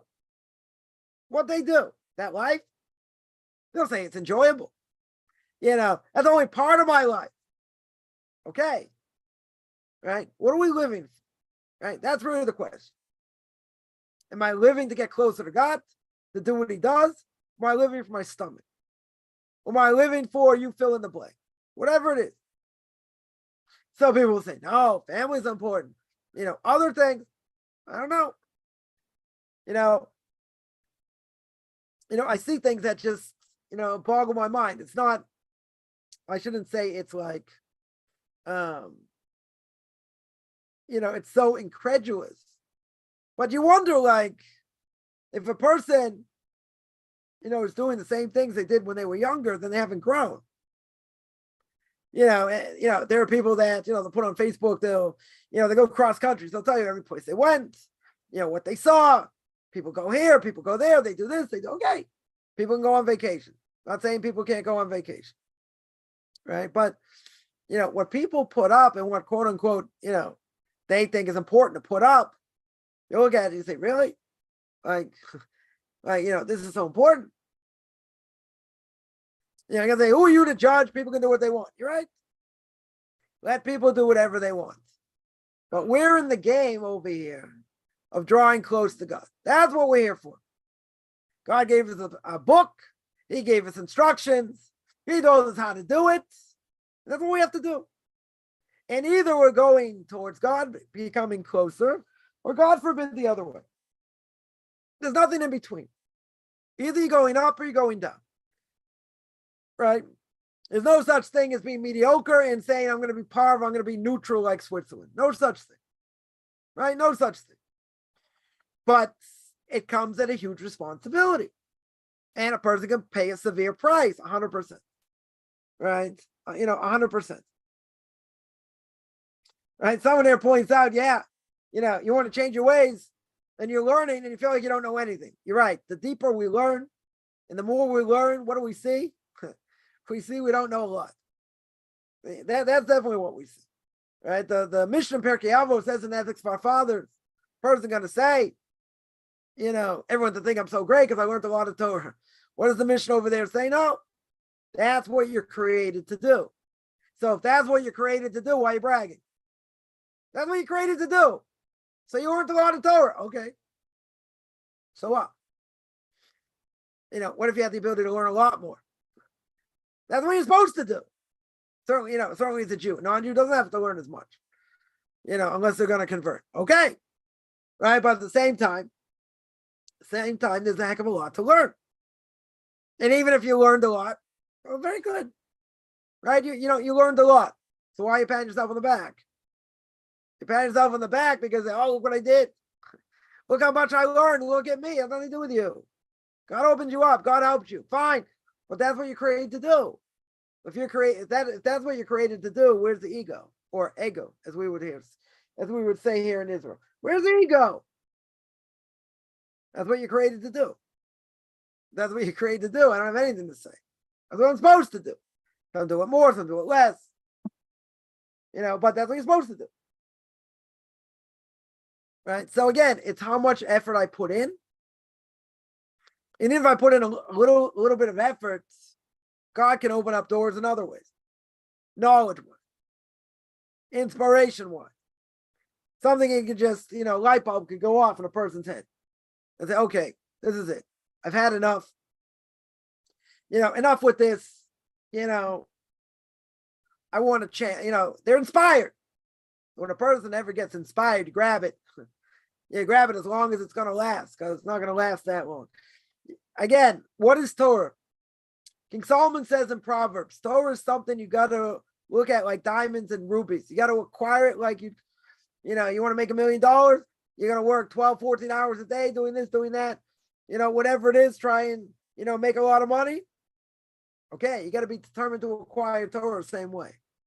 You can say, I don't have 12, 14 hours. Okay, however much time you have. Whatever it is, you got to look at it as the most important thing in your life. So different aspects. People learn Jewish law, people learn Gemara, people learn, Jewish philosophy. They learn a lot of different things. Everything helps us grow. But what do we see? What do we see more than anything else? The more I learn, the more I realize I don't know. You can say, no, it's just deeper levels. It's more than that. Right? It's much more than that. Because when a person sees the bigger picture and they see what they've done over the years, right? Over the years, say, wow, look at this and look what they accomplished. There's a lot to be thankful for. There is a lot to be thankful for. At the same time, does that mean I'm satisfied where I am? No. Does that mean I don't have any room to grow? No. Plenty what to do. Plenty what to do. We can't be satisfied. We have to keep growing and growing. Right? But you're going to say, it's hard. I get knocked down. Okay. Even if that's true. So what's the evil inclination going to say? The evil inclination is going to say, yeah, you can't do it. It's too hard, this and that. Or people are going to tell you that. They'll say, yeah, you want to convert. You can't. You won't be able to do this, do that. So you tell them to go eat kugel. That's what you tell them. You're not going to let the evil inclination get to you. You're going to do what you need to do. Sometimes you fail, okay? Maybe many times you fail. So we have to work hard. That's what we're here for. We're here to strive. You don't want to make the same mistakes over and over again. You got to make a plan, right? How you're not going to do the same thing. But, learning is power. Knowledge is power. I don't think there's any question. The question is what you do with it and how you utilize it. At the same time, people have the same mentality that they had when they were 15, and they think about where they were and they're still doing the same thing. That's bad. And that means they haven't grown. Right. So, spiritually, at least. So a person will say, how do you know? How do you know? That's someone a while ago contact me, and said, I remember, the good old days, this, that, but where are they today? 30, more than 30 years later, I'm not gonna say how many, right? I'm for sure not even close to that same person. I know a lot more, totally different. You gotta think, well, that's what life is. Okay, but if it's kind of like a person thinks, well, I'm born this way, that's who I am. Right? Who says? Who says just because you're born a certain way? I'm not talking gender issues or anything like that, right? But someone once told me, they said, you won't pray in our synagogue anymore. So I gave an example. I said, as a Hindu, if you're born if you're born in a certain, class or a certain caste, part of that system, some things you can never get over. Right? Some things, you're born that way, you're stuck that way. Right? There's nothing to do. So I said, I'm just making sort of an upgrade. Now, I think definitely an upgrade, over here. I'm not staying the same. So I thought that was a great answer, and it went right over their head. We're not, just because I did things when I was younger, even if they weren't necessarily bad, who said I'm going to do the same things later? Stay in the same place. That means, there's no growth. There's no spiritual growth over here. Right? Another example I gave, and I thought actually this is a good example also. I said, when I was in grammar school, you need to go to the bathroom, you need a pass. Right? You need a pass to be in the hallway. When you get older, you didn't need that. Oh, he's changed, been brainwashed. No, nothing to do with being brainwashed. You're given greater responsibility, right? The older you are, you're given more responsibility. So that doesn't mean you've been brainwashed. I also thought that was, a very good parable for the same thing. Also, didn't go anywhere. They're like, you belong to the synagogue, that's where you stay. You stay in the movement. Why? Doesn't work. I don't believe in it. Doesn't make sense. Right? Nobody wants to hear that. They're just like, okay, you're a fanatic. You've been brainwashed. Well, thank God. Our brains need to be washed, cleaned out a little bit. There's nothing wrong with that, if it's used in the right way. But again, if a person stays static, they don't move, in spiritual terms, that means they're spiritually dead. That's what it means. Now, sometimes we have it easier, sometimes not. The bottom line, again, another bottom line here is all this doesn't matter. What matters is what I do. What matters is what direction I want to go. The Gemara says, if I want to go in the right direction, God will help me. If I want to go in the wrong direction, God will not stop me. Depends what I want. Now you're going to say, but if I go in the right direction, I can pay in other ways. Okay, but at least you're going in the right direction. At least at least your head is screwed on straight, right? You want to go in the right direction. That's huge. Does that mean we get to the place we want to go to? No. We always have goals. We always have things we want to accomplish, right? That's how we know we're growing, because we're never satisfied. We might make mistakes. We might do things by rote. We might do a lot of things we shouldn't. That's part of the process. We want to minimize that. We want to live inspired. Well, what's the obvious question? Right? What's the obvious problem? Right? What's the obvious problem? You know what the obvious problem is? We're throwing so many different things our way. Right? We're throwing so many different things. So it's hard. Life is hard, no question. But that's how you grow. That's what spiritual growth is. Spiritual growth doesn't mean I go to this level, that level, the next level, and nothing bad happens in between. And I don't fail in between. That's not what it is. It means everything I do is a challenge. Sometimes things will be easier. Sometimes things will be, very hard, or if not impossible. Depends on what it is. But even if a person fails and they learn from their mistake,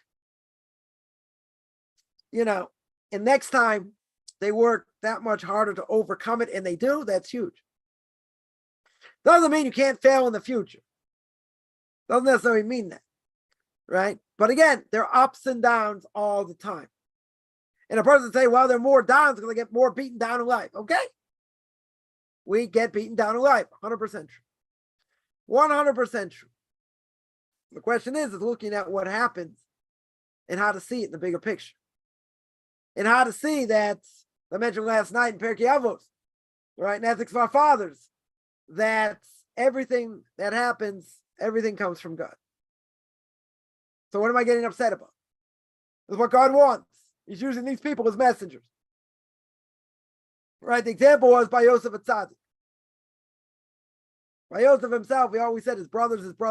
They treated him like dirt. Right? They threw him in a pit, they beat him up. They didn't have compassion for him. They didn't want anything to do with him. They wanted to kill him. What does it say at the end of the book of Genesis? He says, you thought to do me bad, and God put me here in order to help you, in order to save you. So what? I'm going to take revenge? If we went through even a quarter or a third or a millionth of what Yosef Atzadik went through, we would have killed our brothers. No question, not even a question. Right? We would have thought of a million different ways to kill them, make them suffer. It happens all the time. I'm not saying people kill each other. The same, people don't speak to each other, parents or siblings or whatever, for a lot less than this. And Joseph looked at everything that's coming from God, period. So he didn't get affected. He didn't get affected by it. And he kept saying his brother's his brother. What do you mean? They didn't treat him like a brother. Totally didn't treat him like a brother. So what happened? He looked at them as seen as everything emanates from God. Everything comes from him. So what's he getting upset about? This is what God wants. This is the end result. But I'm gonna take revenge. Why am I gonna take revenge? Right. We're not like him. We have to work on our emunah and bitachon, right? Our belief and faith in God over here. Because, if that would be the case, then anything that happens to us, we never get upset. No matter what it is. Totally doesn't matter. Because we understand God's the one in charge. I may not understand why I have to go through X, Y, and Z, but he's the one in charge. So if he's the one in charge, why am I going to get upset at the stick? Right? A person hits a dog with a stick, dog goes after the stick. So if someone causes us damage, we go after the person that caused damage. They're guilty, no question about it. They caused us damage. 100% they're guilty. One little caveat. And the one little caveat is that even though they're guilty, guess what? God is using them to get to us. So why are we going after this? Why are we going after the stick? God's the one that's wielding the stick. They're guilty for what they've done. If they've done something bad. They're guilty. Question is, how do I look at it? Do I look at it as, we're going to yell and scream at this person when really God's trying to send us a message, whatever that message is, or not? So we forget very quickly. First thing we do, if something happens, we run after the stick. That's a problem. So you're going to say that can take my whole life to work on. Okay. There's a lot to work on. The Hovos Levavos, duties of the heart, and Shar Emunah and Bitachon, or Sharpi, let's say better, Shar Bitachon. He says, someone caused us damage, whatever it is, you should run up to them, give them a hug and a kiss, and say, thank you for allowing me to work on my anger. Right? Why do I laugh? I laugh because I don't know too many people holding there. He says, but you're going to say, oh, that's only for the righteous. That's only for the truly righteous. He doesn't say that. Many times in duties of the heart, he says clear as day. You think this is only for the righteous. No. This is for everybody. Everybody. You're going to say, wow, you got a lot to work on. We don't, even if you see the bigger picture, even if you understand, it's, you got to buy into the mantra. God's the one in charge. He's the one that runs the world. Shuas Hashem Keherafayim. Right? Salvation of God. Salvation of God can come at the blink of an eyelash. Can happen anytime, anywhere. That's the mantra. God, you put me in a situation, or I did it to myself. You're the one in charge. You can take it away. You can do this. A person thinks this way on a regular basis. You have a very high connection here. It's a very high connection because you're living with God at all times. I hear this all the time. Right? All the time. Maybe someone he speaks. Similar theme. Right? It's a theme you need to hear. Everything is with the Ribono Shel Olam. Everything's with God. He's the one in charge. He's the one who put you in a misery, can take you out of misery in the blink of an eyelash. How many times it happened? I can mention story after story. I'm not going to do that. Many, many things. Many, many things. Boom. Changed overnight. Why? Because he wanted it to. Why didn't he do it before? Can't answer. Anyone who's been in dire straits for different things, they've seen. Right? Some more, some less, whatever it is. That's the mantra. You have to see and live the bigger picture. You're going to say, it's not easy. Okay. Takes effort. Right? Takes a lot of effort. You got to see, even if something's bad, it may not be bad in the end. It's just what we're going to say, it's a minor setback. But you know what? One door closes,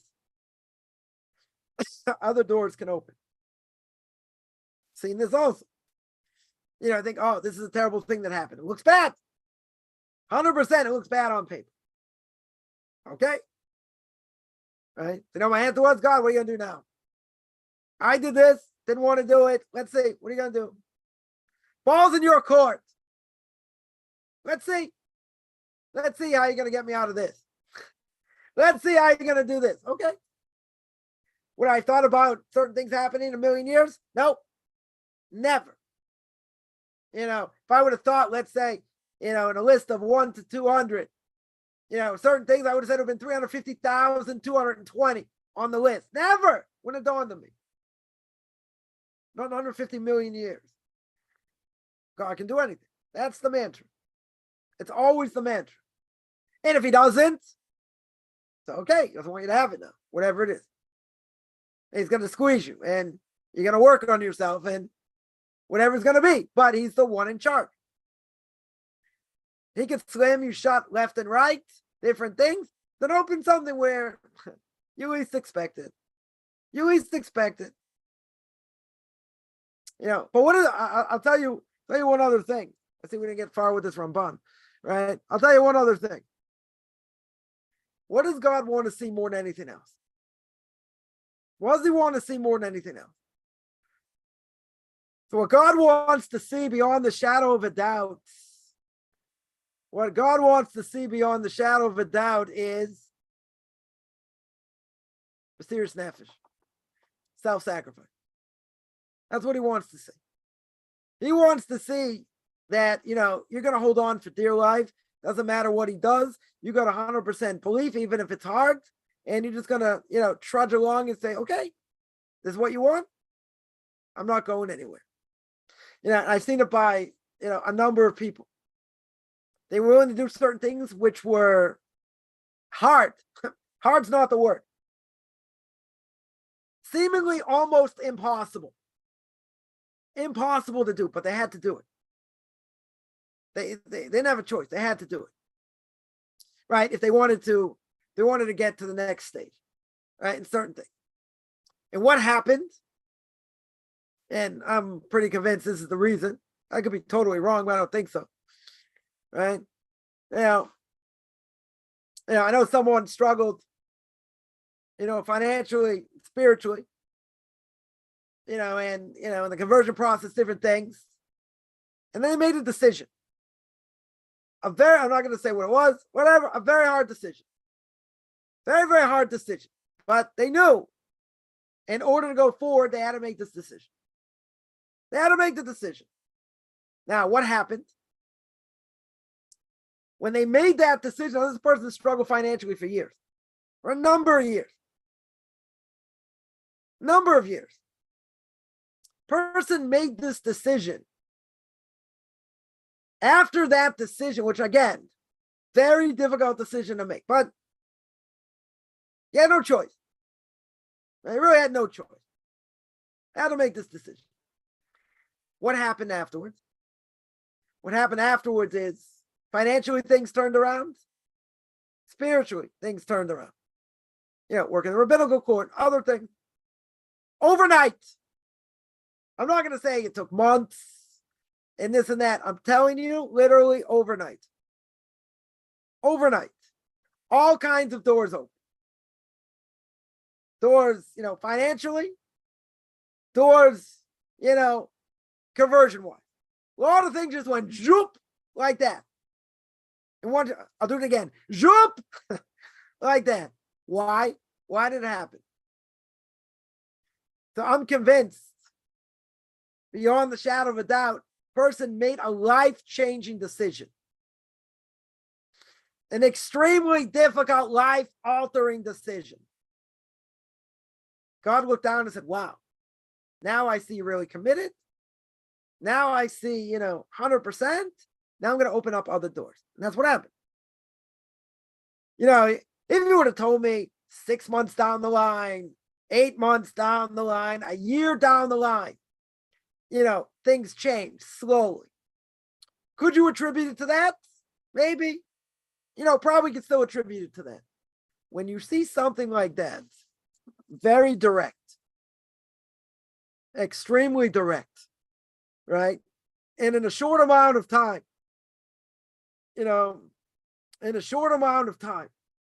you see something change overnight in two different realms, in the physical world and the spiritual. Person can say, wow, things changed. What a coincidence. We don't believe in coincidences. We believe in meaningful coincidences, right? But when you see something like that direct, and you see, different things happen, bam, bam, bam, bam, in so many different ways, in a good way, the writing's on the wall. You don't have to be a prophet. You don't have to be a prophet to see it. But that's the turning point. That was a huge turning point. Now, was it an easy decision to do? No. Hell no, it was not an easy decision by any stretch. But the person knew if they wanted to go further, they had to do. They had no choice. They really had no choice. So that's what they did with a full heart. With a full heart, saying, God, you're the one in charge. I have to do this. You're going to do the rest. And what happened? What happened? Right? Things opened up like no tomorrow. It didn't happen 6 months down the line.